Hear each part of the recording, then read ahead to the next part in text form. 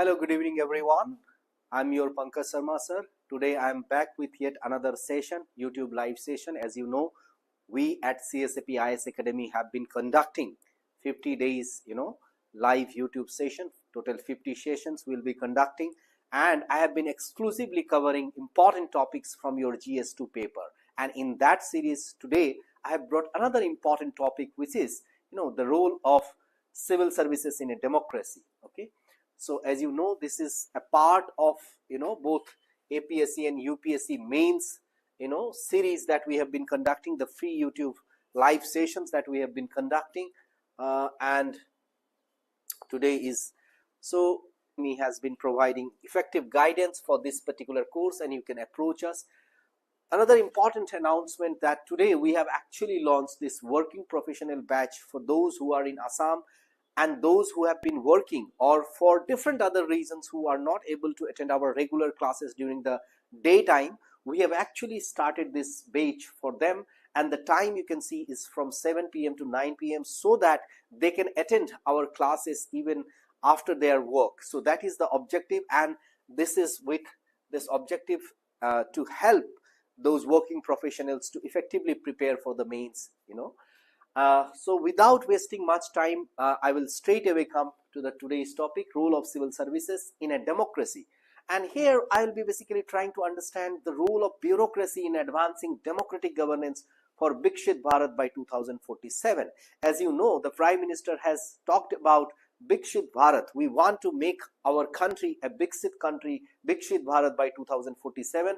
And in that, how is it that the bureaucracy is going to contribute? What is going to be the role of the bureaucracy? So that is going to be our sub-theme. But the most important topic from your GS2 paper is role of civil services in a democracy. तो एक democracy में civil services की क्या भूमिका होती है, कैसे वो महत्वपूर्ण रोल निभाते हैं, उसके बारे में हम लोग चर्चा करेंगे। और इस चर्चा के दौरान में हम थोड़ा सा हिस्टोरिकल कॉन्टेक्स्ट को भी देखेंगे और हम एथिक्स पेपर के साथ में भी इसको जोड़ के देखेंगे, क्योंकि जैसे ही हम सिविल सर्विसेज कहते हैं या सिविल सर्वेंट की बात करते हैं तो हम जानते हैं कि एथिकल कंपोनेंट्स बहुत इंपॉर्टेंट हो जाते हैं। There are certain foundational values that we talk about that a civil servant must possess. So therefore what we will be trying to do is that we will try to see this interconnectedness of this particular topic with other important topics of other GS papers. For example, GS1 history, similarly society, how does the bureaucracy affect the society, the poor, marginalized sections of the society? How does it cater to the diversity of, the country? And similarly, what is the, ethical, what is the role of ethics in governance, and why it is so very important for bureaucrats, for civil servants to be ethical. Okay. So let us begin with the introduction part. As we all know that civil services in India basically encompass this all India services like UP, which is conducted by UPSC. So you have IAS, IPS, IFS, and they serve as the permanent executive. Okay. Ensuring that the execution of democratic mandates through policy formulation, public service delivery, and constitutional adherence. So what do? Basically, they try to execute, these not just form the, execute the policies. Sometimes they may also be involved in the policy making and public service delivery. So and then the constitutional adherence while delivering those services, or while formulating or implementing those, primarily implementing those policies, they have to basically adhere to the constitutional principles. संविधानिक प्रावधानों को ध्यान में रखते हुए उन्हें काम करना होता है basically.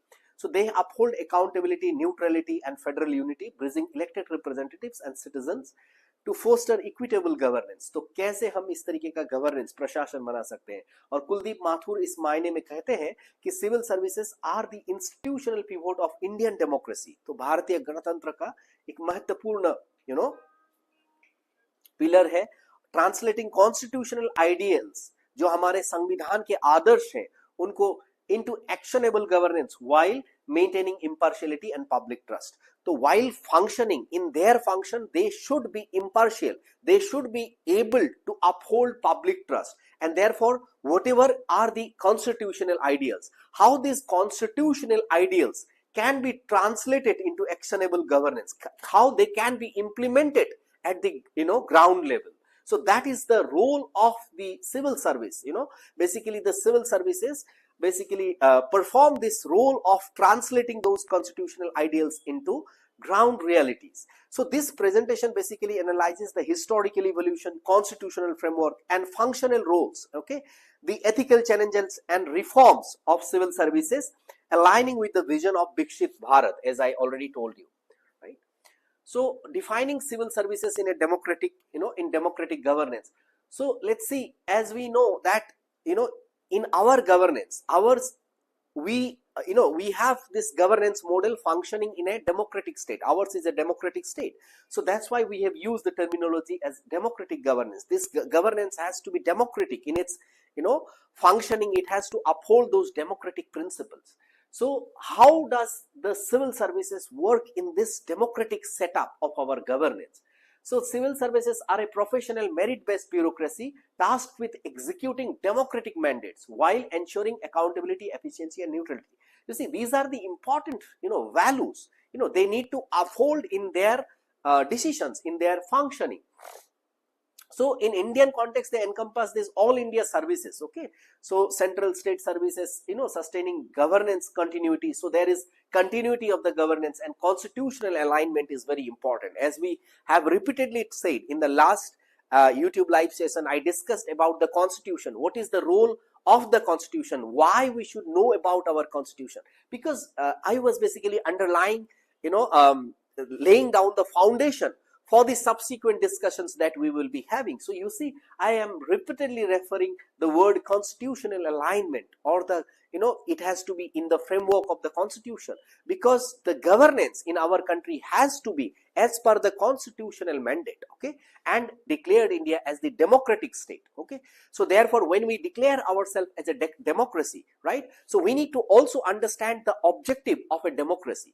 What are the important aspects of democracy? How does, citizen appear in this model of democracy? As we all know that citizens should be at the center of democracy. The empowerment of the people, empowering citizens should be the objective of democracy. And in that context, the civil services, or in that sense, broadly, if we can use the terminology as governance or bureaucracy, should be able to basically empower the citizens. Then only they will be complementing the project of democracy. So functioning within a democratic framework, the governance or the civil services should be able to empower citizens, all the segments of the society, because it has to be as per the mandate of the constitution. And our constitution clearly outlines that, taking care of all the marginalized sections of the society is very important. So unlike the patronage-based system in the past, the Indian civil services operate on merit, and the and continuously adapt to address modern challenges such as volatility and uncertainty. Because now we have the merit-based selection process, okay, so we no longer have that patronage. So their role bridges elected representatives and citizens. So basically, by implementing various policies, they protect, or they basically take care of the welfare of the citizens, and therefore work as the bridge between the elected representatives and citizens by delivering those promises, fostering public welfare and democratic resilience, okay, by upholding constitutional morality. Again, I'm using the term constitutional morality. So in case you have any confusion, in order to understand, because in the last YouTube live session, I have extensively discussed about Indian Constitution, what is the importance of Indian Constitution, the role of Indian Constitution, what are the important features of Indian Constitution. I would request and recommend all of you to just go and listen to that discussion very carefully, because that very discussion is going to be foundation, going to lay the foundation for other understanding to evolve, okay. So this constitutional morality therefore becomes very important. They safeguard India's democratic, ethos against authoritarian tendencies, ensuring governance serves the public good. So basically, governance should basically serve the public good, and in doing so, they must uphold the democratic ethos, and they should be able to resist those authoritarian tendencies, because the governance or the civil services must uphold or apply the Indian Constitution and the spirit of the Indian Constitution while functioning. So let us, as I told you, that we will also try to look at the historical context, okay? Because so far in the various YouTube live sessions, अभी तक हमने जितने भी YouTube live session किए हैं उनमें हमारा खासा ये उद्देश्य रहा है कि हम इसको इस प्रकार से चर्चा करें कि हम ऐतिहासिक संदर्भ को भी समझें। किसी भी थीम को, किसी भी विषय को जब हम पढ़ते हैं तो उसका एक ऐतिहासिक कॉन्टेक्स्ट को, उसके संदर्भ को समझना बहुत ही जरूरी या बहुत ही महत्वपूर्ण हो जाता है। जैसे हम संविधान के बारे में भी बात करते हैं तो जो वो संविधान बना उसके पीछे का जो सारा संघर्ष रहा है, उसके पीछे के जो मोबिलाइजेशन रहा है, कॉन्स्टिट्यूएंट असेंबली के फॉर्मेशन से लेके उस कॉन्स्टिट्यूशन असेंबली में जो बहस रही है, right? So the constituent assembly debates are important source, you know, for the researchers. So इसी प्रकार से हर एक विषय में हमारी ये कोशिश रही है कि हम एक ऐतिहासिक संदर्भ को बेहतरीन तरीके से समझे ताकि उससे हमें हमारी नींव जो है मजबूत हो। और क्योंकि अगर आप मेंस की तैयारी कर रहे हैं तो साथ ही साथ किसी भी जीएस के टॉपिक को अगर आप उठाते हैं तो उसको हर एक पर्सपेक्टिव से, चाहे उसका हिस्टोरिकल कॉन्टेक्स्ट में आपको एनालिसिस करना आना चाहिए, उसका हिस्ट्री का आपका नॉलेज से आपकी समझ जो है वो विकसित होगी, आपकी समझ और ज्यादा पुख्ता होगी।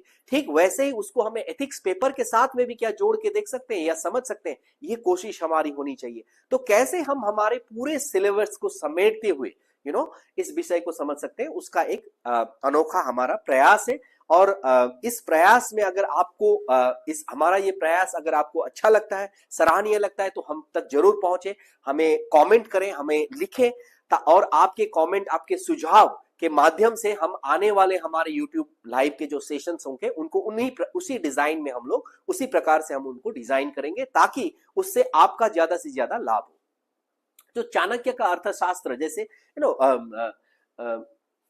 सो बेसिकली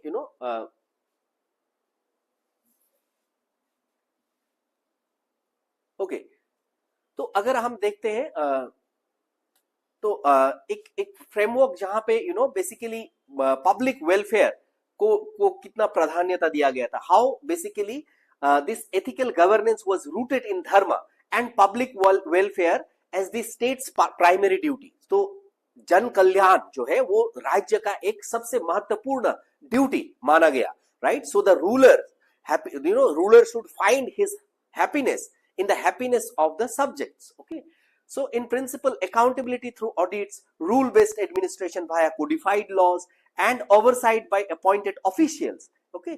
तो इस तरीके से अगर हम देखते हैं तो एंशिएंट चाइना का जो मॉडल है उसका भी हमें प्रतिबिंब देखने को यहाँ पे मिलता है। Laying the foundation for India's modern civil services, तो हमारे जो मॉडर्न सिविल सर्विसेज है उसकी बुनियाद की एक प्रकार से रचना करते हुए ये देखने को मिलता है। और हम अर्थशास्त्र से काफी ज्यादा प्रेरणा ले सकते हैं क्योंकि उसमें किस प्रकार से हमें गवर्नेंस को चलाना चाहिए, किस प्रकार का शासन व्यवस्था होना चाहिए और कैसे पब्लिक वेलफेयर, जन कल्याण उसके नींव पे होना चाहिए।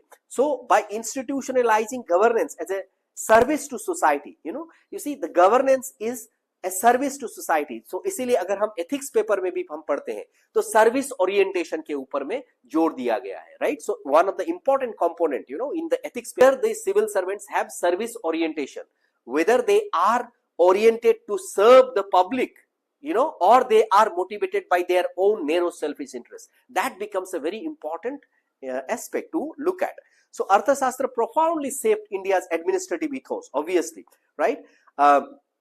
Embedding ethical accountability and meritocracy as enduring pillars of democratic governance.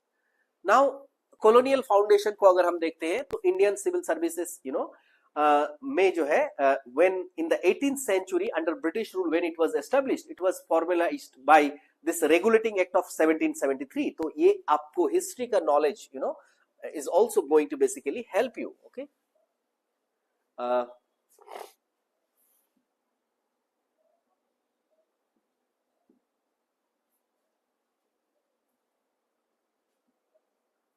Okay, so and later you have Government of India Act 1935, and we have repeatedly discussed, even when we discussed about constitutional amendment, the basic structure, that video also we have discussed. So how basically this Government of India Act, of course, if you are seriously preparing for UPSC or APSC, obviously you need to understand, right, in the history, because that forms the very foundation, institutional separation, so basically separation of powers, when we have discussed, we have discussed about this in detail. Okay, though it maintained centralized colonial control, so there it was heavily tilted towards the center and the British exercised greater control. हाँ, फिर हम उसके बाद में reforms उनको देखते हैं तो वहां पे हमें मेरिट बेस्ड रिक्रूटमेंट देखने को मिलता है, and it shifted the from patronage competition based selection for administrative roles then was generalized. However, वहां पे उस दौर में अगर आप देखते हैं तो रेवेन्यू कलेक्शन, लॉ एनफोर्समेंट और colonial governance, prioritising British interest with minimal Indian in representation. ये हमने पहले भी कहा है कि कैसे ब्रिटिश इंटरेस्ट को ज्यादा प्राथमिकता दिया गया था वहां तक. Despite its colonial bias, the Indian civil services laid a structural foundation for post independence. लेकिन हम आजादी के बाद के इंडियन सिविल सर्विसेज को अगर हमें समझना है तो हमें उसके हिस्ट्री को, उसके बैकग्राउंड को समझना जरूरी होता है. हालांकि यद्यपि उस दौर में ब्रिटिश के तरफ काफी झुकाव था, सेंटर के पास काफी अतिरिक्त या पर्याप्त पावर थे और इंडियन रिप्रेजेंटेशन उसमें बहुत कम देखने को मिलता था, लेकिन कहीं ना कहीं वो एक हमारे आने वाले दौर का पोस्ट इंडिपेंडेंस का जो सिविल सर्विसेज है उसका एक बुनियाद कहीं ना कहीं स्थापना करते हुए देखने को मिलता है. So basically it influence the modern meritocratic reform by embedding the principles of administrative efficiency and accountability, कि कैसे प्रशासनिक एफिशिएंसी को प्रमोट किया जाए. ये पोस्ट इंडिपेंडेंस ट्रांसफॉर्मेशन में हम देखेंगे. 1947 के बाद में अगर आप देखते हैं तो all India services supporting democratic governance, federal unity and public welfare. So we have then prioritize the concept of public welfare by promoting the idea of democratic governance. And then UPSC was established to ensure meritocratic recruitment, basically merit के आधार पे recruitment हो, इस बात को ध्यान में रखने के लिए. Shifting from colonial control to citizen centric administration. Now this word becomes very important. So in today's era we talk about citizen centric administration. So if we are having governance in a democracy, right, तो democracy में जब हम governance की बात करते हैं तो जैसे मैंने पहले भी कहा कि डेमोक्रेसी का the objective of democracy is the empowerment of the citizens, right? So therefore we need to encourage the effective participation of the citizens, empowerment of the citizen. So therefore the governance also has to be citizen centric governance, or the administration has to be citizen centric administration. And in the post 1947, in the post independence era, we have basically emphasized upon this citizen centric administration. This basically transformation strengthened India's federal structure also and democratic ethos, right? So so the civil services then became the steel frame of India's administration, providing continuity, stability and impartiality across changing political landscapes. Okay, by upholding constitutional values, the services safeguard national integration. So क्योंकि ये civil services जो है constitutional values को uphold करते हैं, उनको हमारे संवैधानिक आदर्श को प्रोटेक्ट करते हैं, संरक्षित करके रखते हैं, तो ये हमारे नेशनल इंटीग्रेशन को भी सेफगार्ड करते हैं, while enabling equitable socio-economic development.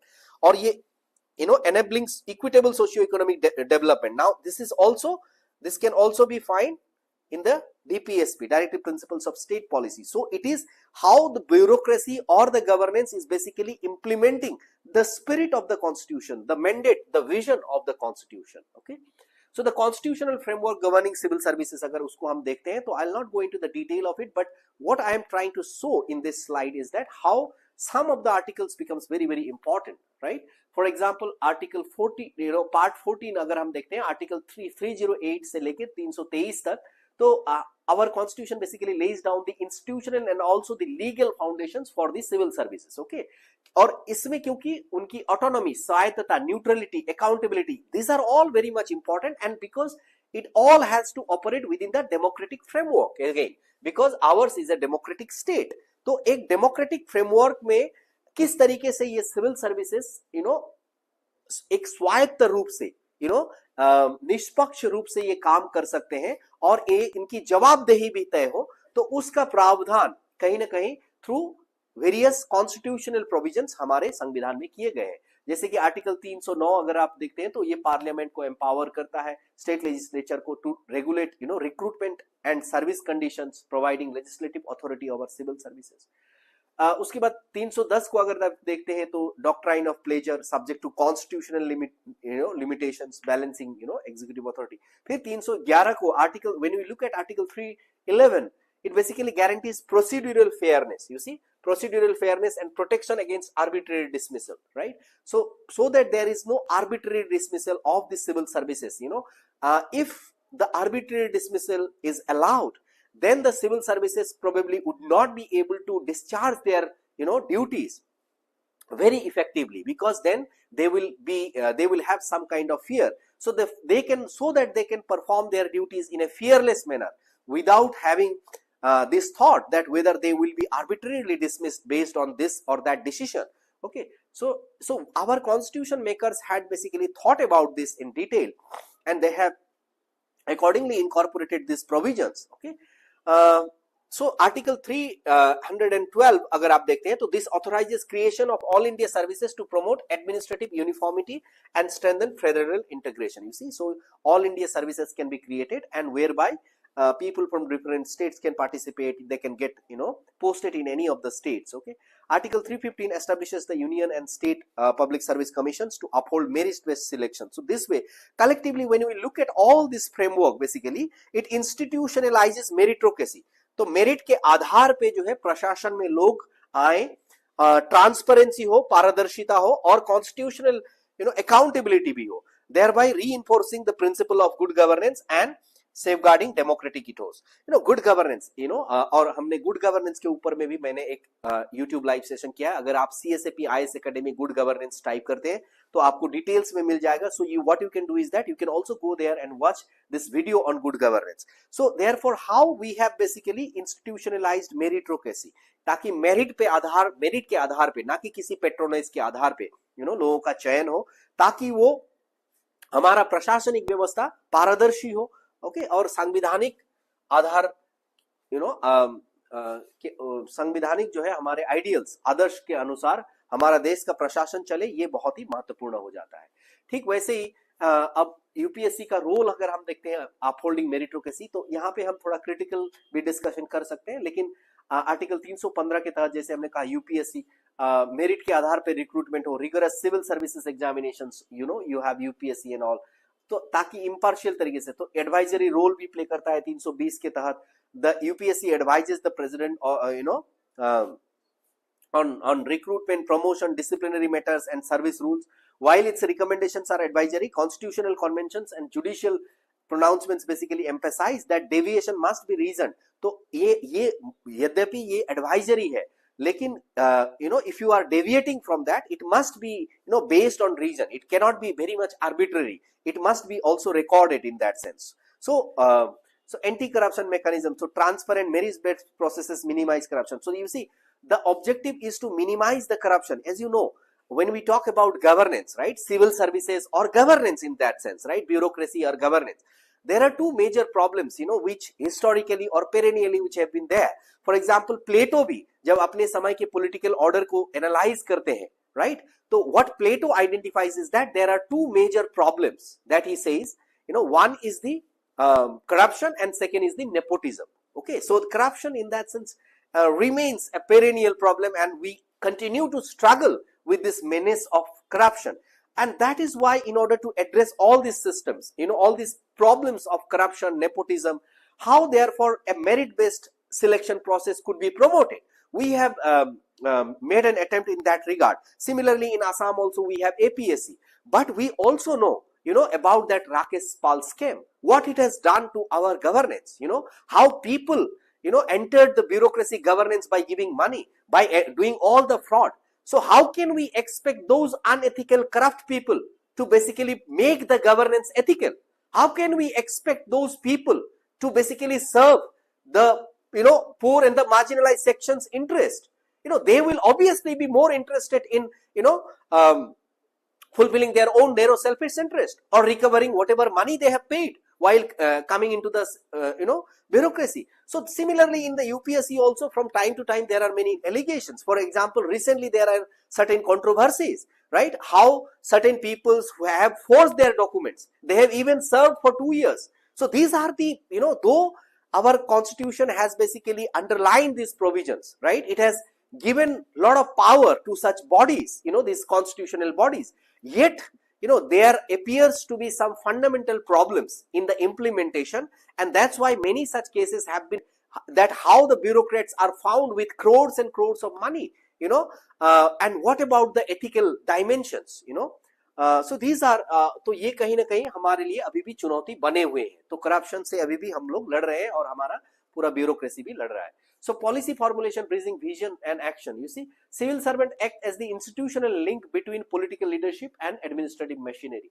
They provide evidence-based, non-partisan expertise to elected representatives. क्योंकि ये चुने हुए ये जो है अपने मेरिट के आधार पे सिलेक्ट होके आते हैं, परीक्षा देके उसमें obviously they pass those examinations based on their merit, and they work at the field level, while working for the people at the grassroots level. So they have this expertise, they have the knowledge also, they have the field understanding also, and they provide feedbacks and suggestions to the elected representatives, ensuring alignment with the directive principles and constitutional values. So how, therefore, from those feedbacks and suggestions, the various directive principles can be implemented, taking care of the poor and the marginalized segments of the society. For example, Manrega, embedding legal entitlements for rural employment and establishing robust mechanism for grassroots implementation, right? किस तरीके से हम ऐसी योजना बना सकते हैं, ऐसे कानून ला सकते हैं जिसके तहत लोगों के जो ग्रीवांसेस हैं, लोगों के जो समस्याएं हैं, लोगों के जो प्रॉब्लम्स हैं, या लोगों के जो एस्पिरेशंस हैं, आशा आकांक्षाएं हैं, उनको कैसे हम किन पॉलिसीज के डिजाइन के थ्रू उनको एड्रेस कर सकते हैं, कैसे हम उनका समाधान निकाल सकते हैं, इस विषय पे भी हम काम कर सकते हैं, right? So their work also reflects the policy administration synergy, right, where political vision is operationalised through administrative precision, ensuring efficiency and equity. You see, so the integrating field level insights, जैसे मैंने कहा कि उनका field का जो grassroot level में उनका जो समझ है काम करके, with macro level policy for frameworks, तो उसी तरीके से पॉलिसी निर्माण करके उस फील्ड के नॉलेज के आधार पे जब वो पॉलिसी निर्माण की प्रक्रिया में एक महत्वपूर्ण भूमिका निभाते हैं, तो कहीं ना कहीं हमारे देश के लिए बेहतर सोशियो इकोनॉमिक रियलिटीज को एड्रेस करते हुए उन समस्याओं का समाधान निवारण हेतु उसी प्रकार के हम पॉलिसी डिजाइन करने में सक्षम होते हैं, right? Help strengthen democratic legitimacy, और they also therefore help strengthen legitimacy. Public service delivery, for example, यहाँ हम असम के उदाहरण से भी देख सकते हैं. We can also look at the example, how public service delivery, and in public service delivery, equity, innovation, and institutional integrity, these also become very, very important. Okay, so civil services basically manage essential services like healthcare, education. You see, तो civil service जैसे ही हम कहते हैं क्यों ये लोगों के लिए इतना जरूरी है, या क्यों डेमोक्रेसी में इतना, क्योंकि डेमोक्रेसी में people basically may rely on the services of the state, right? And particularly the poor and the marginalized segments of the society, they rely on the services of the state, and these services of the state are taken to the people through these civil services or the bureaucracy or the governance, right? So therefore the role of the governance, role of the civil services is very, very important, and therefore they basically are involved with issues with various aspects like healthcare, education, infrastructure, and therefore they can strengthen democratic trust through inclusive delivery. So when they deliver these services in a very inclusive manner, in a very time bound manner, they basically are able to build people's faith in the entire governance and democratic process. So for example, Assam has institutionalized citizen-centric governance. Recently, when we look at the example of Assam under the leadership of Dr. Himanta Biswa Sharma, what has happened is that we have made an attempt to institutionalize citizen-centric governance, okay? And for that, we have this Seva Setu, okay?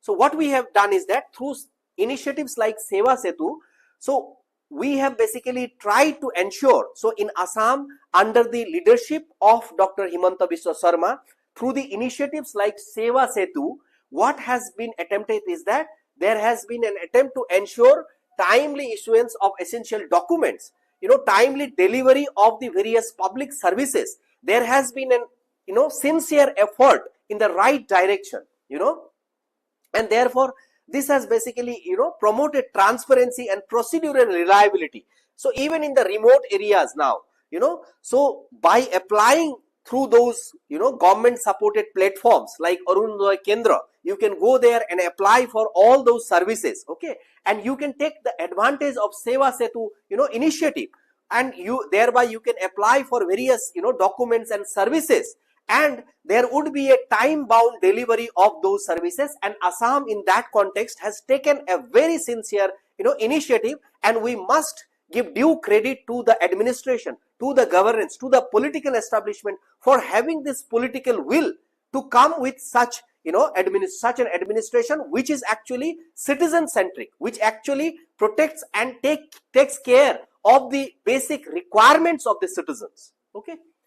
Now, to continue with this particular aspect, I can tell you that this Seva Setu platform has basically processed over 1.56 crore citizen applications. Okay, and there has been more than 90% success rate, and this actually tells us a story which is so very significant in a state like Assam. Where the entire governance machinery was so very redundant, which was so very corrupt, where the public service delivery system was so very compromised.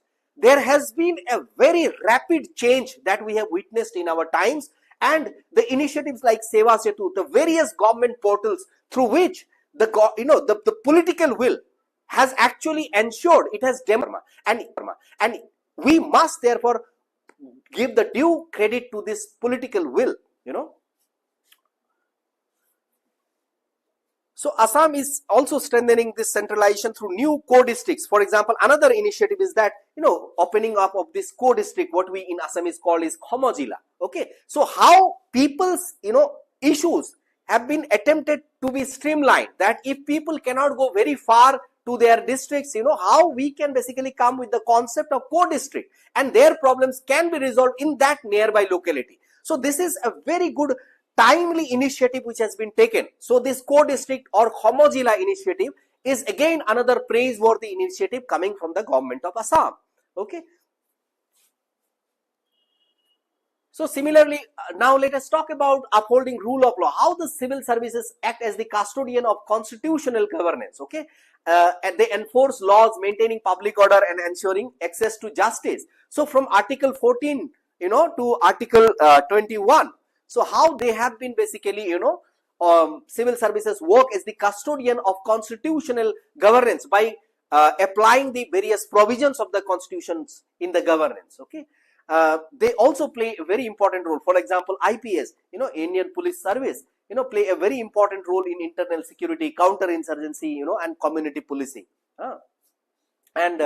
Now similarly, when we try to look at the electoral governance, okay, what we can look at is that in ethics paper I often teach TN Session, who actually transformed India's electoral framework by rigorously enforcing this what is called model code of conduct, introducing voter ID, okay, and institutionalizing electoral transparency. Now all of this again becomes very, very important. I understand when I am talking about this, there is a whole lot of protest, there is a whole lot of debate which is going on regarding the electoral transparency, right? So there are allegations that how India's entire electoral process has been compromised, right? So, but and of course this is a issue of serious concern for all of us as democracy. Ours is a model.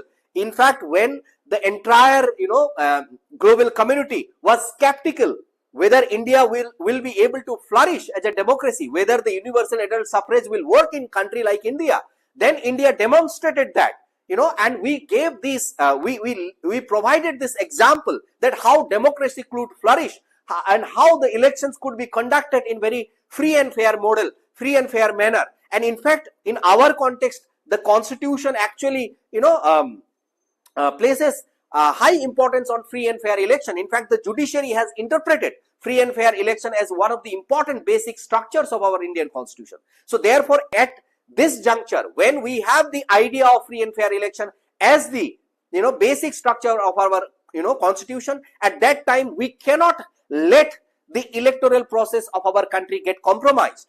that would be like downplaying the entire constitution. That would be like defeating the constitution.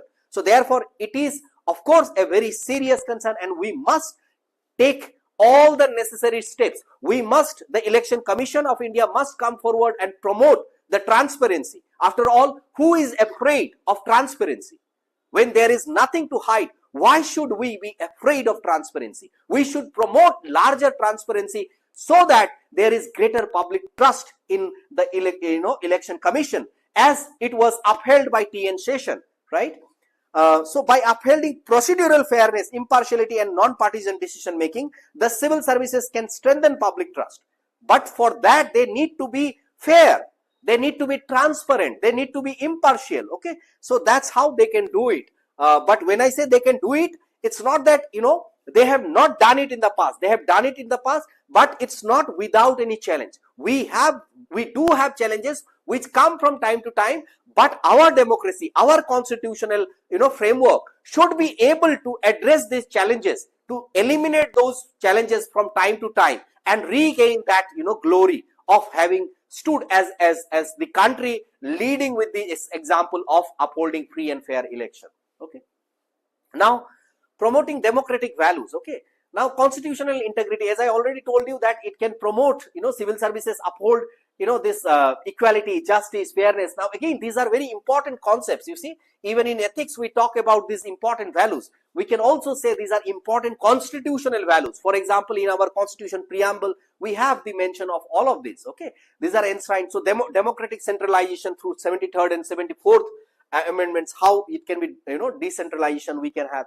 So grassroots empowerment, okay, Gram Sabha, how we can promote the local bodies, and thereby promote the idea of participatory democracy and local self-governance, promoting the Gandhian vision. Okay, so how we can promote Gandhian vision, okay, and participatory democracy. You see how the participation of the citizen becomes very important. Electoral integrity, I have already talked about it, Election Commission, okay, and democratic accountability. Civil services ensure transparent implementation of policies, okay, reinforcing democratic legitimacy. So transparently they should be able to implement those policies. Now during the crisis, of course, crisis management, stabilizing democracy. During the crises, civil services have actually played a very important role. The Indian governance model has been very effective even in times of crisis.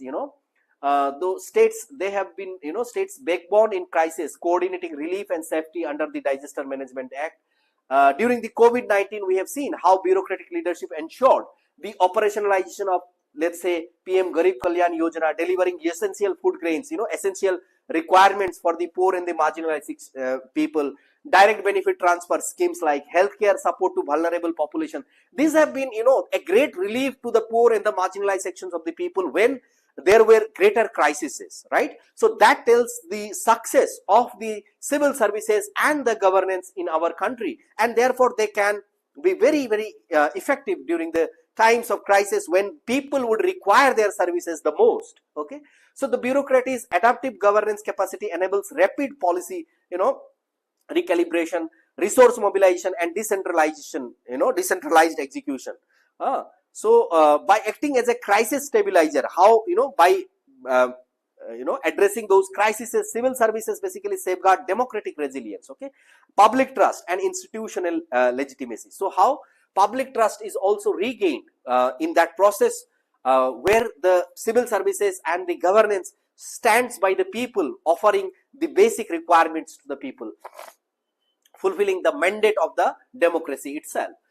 Okay, in the global presence also, of course, as you know, we have the IFS also, Indian Foreign Service. Okay, so therefore in various international treaties, agreements, discussion, how they participate and basically promote India's interest and India's global image. Okay, so civil services are states backbone. I think I have discussed this. Okay, and ethical dimensions of civil services, I think I have already said that how this ethical aspect becomes very, very important. Now core values of impartiality, integrity, accountability, these are like very essential values for the civil services, and in the ethics paper we in fact discuss in chapter 4 in detail the foundational values, okay, aligning with the constitutional ethos of public service.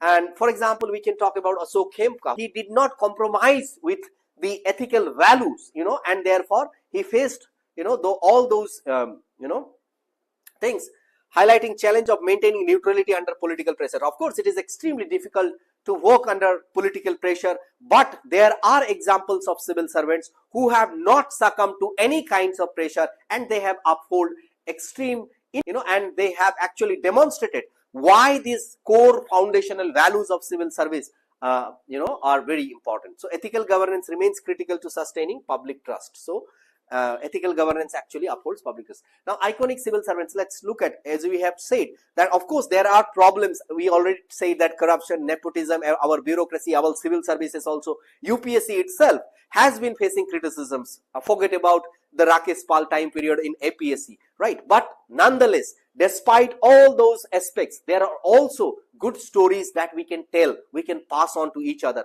particularly those aspirants who are preparing, how you can take inspiration from such people like T.N. Session, Ashok Khemka, E. Sridharan, right? And how they have demonstrated, for example, T.N. Session in the electoral governance, right? How he basically transformed India's electoral governance, making it, taking it much more closer to the free and fair election, establishing, the procedure for upholding free and fair election. Ashok Khemka, he resisted corruption, exemplifying basically integrity despite systemic challenges. Many a times some people complain that, the system is also like that, but there are people. So we need to take examples from people like him.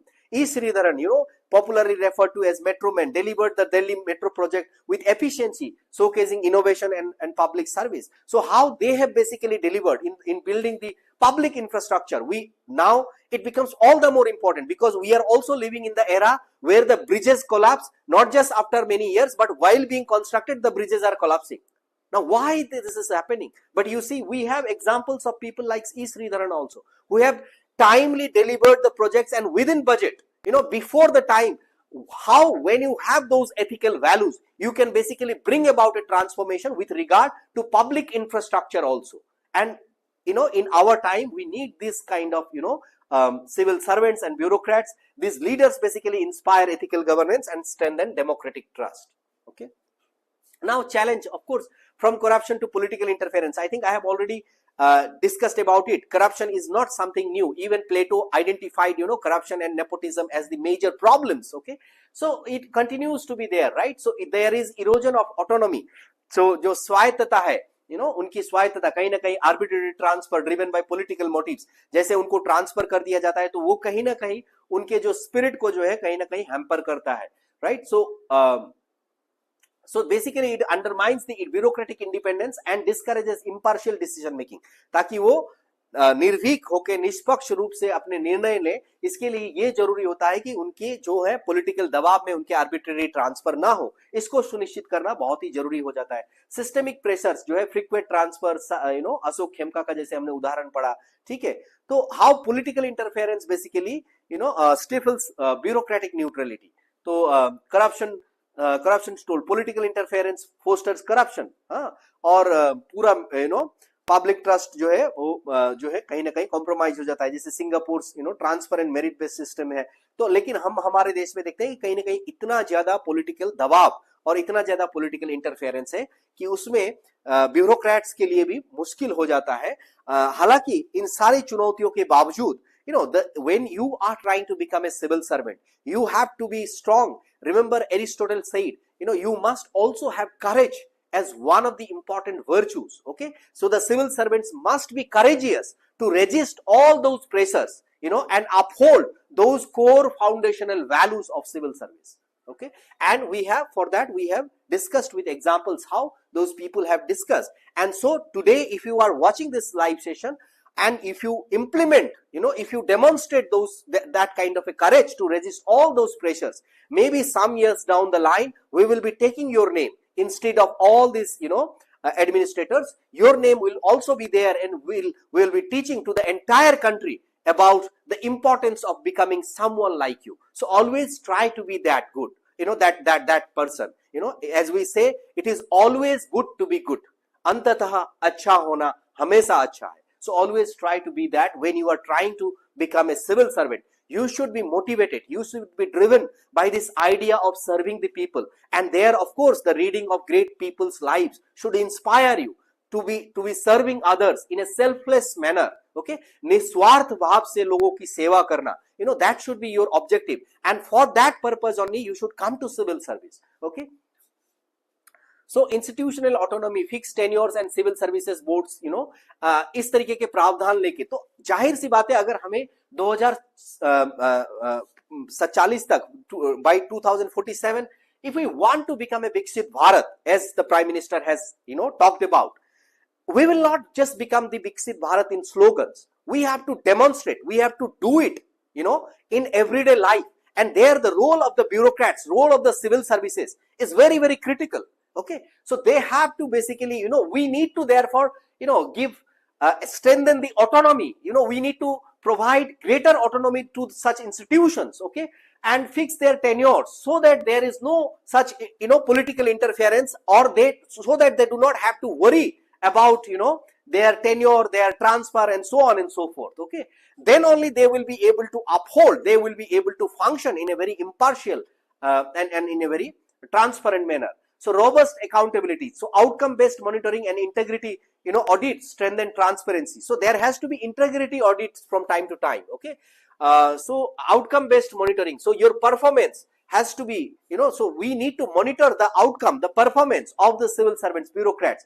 We need to check their integrity. Okay, and we need to also focus on strengthen, transparency, performance evaluation. Okay, aligning civil services with public interest.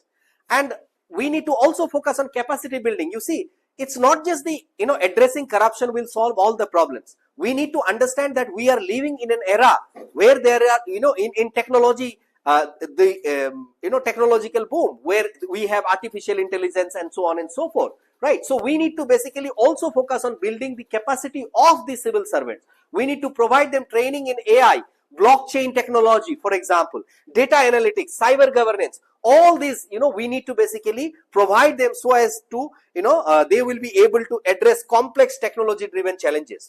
So in the modern times, अभी के दौर में हमारे समक्ष नई तरीके की चुनौतियां हैं, और अगर इन नई चुनौतियों से जूझने के लिए हमारे पास उस विशेष प्रकार की क्षमता नहीं है, उसके ऊपर अगर काम नहीं किया गया है, then we will not be able to address the modern day challenges. So therefore, we need to necessarily provide those trainings in AI, data analytics, cyber governance, and so on and so forth. Okay, so leveraging e-governance platform, जैसे कि मैंने कहा कि आसाम में सेवा सेतु, Vasundhara. So these are, how we can basically leverage, how we can take advantage of the e-governance platforms. Okay, and thereby make the public service delivery mechanisms much more effective, much more transparent. So that is what becomes very much important, and where citizen engagement or citizens participation, can also be promoted, because ultimately the objective of democracy is to empower people. Okay, so that people are able to participate in the governance, so that the people are not merely the passive recipient of the various schemes and all these things, but that the citizens actually become the active participant in the everyday governance. Okay, so adaptive policy frameworks, integrating evidence-based policy making with real-time data analytics ensures agile and responsive governance. So if we want to make a responsive governance, then we need to integrate this evidence-based policy making. Our policy making has to be evidence-based. See, we are living in the era of data. As we there is a popular saying that data is the new oil. हालांकि अभी तो पुराने oil में ही घमासान चला हुआ है, but nonetheless it is said that data is the new oil. So therefore we need to use the data. We need to use the data in terms of formulating our policies. Okay, so thereby we can better formulate our policies. Okay, on the basis of the data and the evidences. So with all of that, I think we have discussed what is the importance, what is civil service, how it is connected in a democracy, how it basically complements the larger project of democracy, and in the Indian context how it has to work within the broader framework of the constitution, and it has to basically it has to perform as per the mandate and spirit of the Indian constitution. And in doing so, there are lot many challenges. As we said, some are perennial challenges, but there are also new types of challenges. However, in order to address in order to resolve or provide a solution to those new types of challenges, we need to develop the capacities of the civil servants. Okay, we need to equip them with the understanding of the new technologies that have come up. Okay, we need to make them aware about the artificial intelligence, the use of artificial intelligence, the blockchain technology. This kind of knowledge can be very effective in addressing modern day challenges also. Okay, so therefore now let us just and as we have already identified that we have to basically meet the objective of Viksit Bharat by 2047, then addressing these challenges becomes very, very imperative. It becomes indispensable. It becomes all the more important for all of us to address these challenges and make our governance truly participatory, transparent and efficient, so as to be able to meet the objective of Viksit Bharat by 2047. Now let us conclude this entire discussion. So civil services basically underpin democratic governance by ensuring consistent policy implementation. So they consistently, so they provide continuity with regard to policy implementation. Okay, and there is equitable, service delivery and unwavering, basically adherence to constitutional principles. When you adhere to constitutional principles without any aberration, okay, but in Indian context we have challenges from time to time, but what is important is that they need to basically adhere, they need to follow the time. निरंतर जब हम संविधान को और संविधान के प्रावधानों के अनुसार हमारा गवर्नेंस जब काम करेगा, तभी हम हमारे पूरे गवर्नेंस प्रशासन प्रक्रिया को ज्यादा से ज्यादा पारदर्शी और जन कल्याण में समर्पित बना सकते हैं. So addressing challenges like political interference, corruption requires robust reforms. यानी कि political interference, राजनीतिक दखलंदाजी, दूसरे तरफ करप्शन, इन दोनों को हमें कहीं ना कहीं जल्द से जल्द एड्रेस करना होगा, वरना हमारा प्रशासन उसी तरीके से उन्हीं समस्याओं के साथ अगर निरंतरता से जूझता रहेगा तो हमारा जो सपना है, हमारे देश ने जो सपना देखा है 2047 तक एक विकसित भारत बनने का, उस प्रक्रिया में ये अड़चन की तरह, ये बाधा की तरह हमारे सामने उभर के आएंगे. इसीलिए जल्द से जल्द अगर इनसे हमें निजात पाना है तो हमें कई सारे रोबस्ट रिफॉर्म्स करने होंगे, कई सारे हमें संशोधन करने होंगे. फिक्स टेन्योर का प्रावधान के बारे में सोचना होगा. जैसे हम आरटीआई के बारे में भी बात किया था हमने, तब भी हमने ये कहा था कि अगर फिक्स टेन्योर नहीं होता है तो कहीं ना कहीं ये डर हमेशा बना रहता है कि कहीं ना कहीं वो केंद्र के सरकार के दबाव में तो अपने डिसीजन नहीं ले, तो अगर उनका, इसीलिए उनका fix tenure, that's why it is becomes all the more important to have fix tenures. Okay, technology driven accountability, okay, and can also be promoted. And then finally we also have this evidence based policy making. We need to focus on evidence based policy making. So we are generating so much of data every day, so we need to use the data, we need to focus on data analytics. Okay, we need to have this team in the bureaucracy which are basically studying, okay, doing the data analytics, using the data, using those evidences so as to formulate policies, so that these policies can truly empower the marginalized sections of the society and promote the idea of decentralized governance. Okay, these are very important in realizing India's sustainable development and democratic aspirations for 2047, as I already pointed out. Challenges like political interference, corruption and inefficiency necessitates urgent reforms, so we require to address them very effectively, और बहुत जल्द से जल्द हमें इसके ऊपर में काम करना होगा. बाय फोस्टरिंग ऑटोनॉमी, स्पेशलाइजेशन, कहीं ना कहीं हमें ऑटोनॉमी को, स्वायत्तता को बढ़ावा देना होगा. फिर स्पेशलाइजेशन के ऊपर में काम करना पड़ेगा, राइट. सो स्पेशलाइजेशन, अगर आप प्लेटो के थ्योरी ऑफ जस्टिस को भी देखते हैं तो वहां पे भी वो बात करते हैं फंक्शनल स्पेशलाइजेशन. तो अभी का जो दौर है वो स्पेशलाइजेशन का दौर है.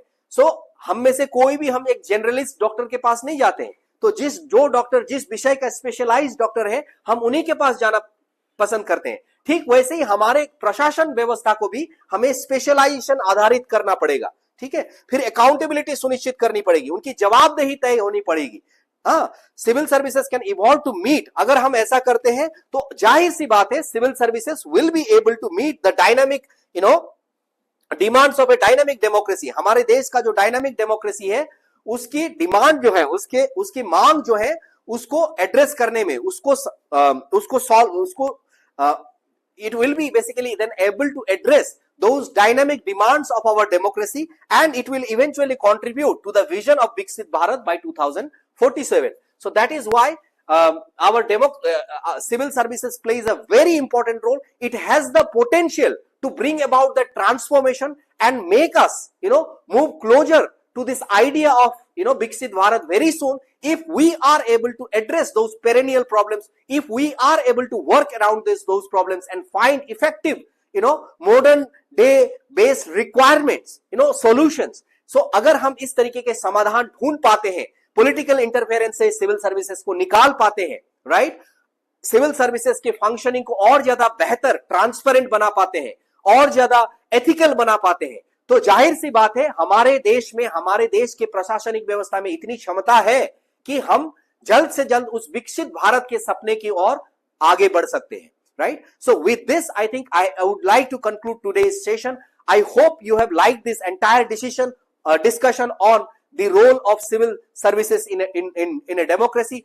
and in our democracy it is all the more important because in our democracy the people actually rely on the services of the state, and the services of the state are basically delivered by the bureaucrats, by the bureaucracy, by the governance, the model of governance, and that's why it becomes all the more important to make the entire governance system very transparent and ethical. So I hope you have liked this discussion. So do let me know. आप अपने इस video के ऊपर में अपने comment जरूर दें, ताकि मैं आपके कमेंट के आधार पर उसी तरीके से अपने आने वाले सेशन को दोबारा से सजा सकूं. तो मुझे उम्मीद है कि you will provide me certain feedbacks, और आप अपनी मेंस की तैयारी अच्छे से करते रहिए. I will meet you in the next YouTube live session. Till then, all of you take care and do prepare very well for your mains exam. I would like to wish all of you all the very best. Take care and stay well. Thank you.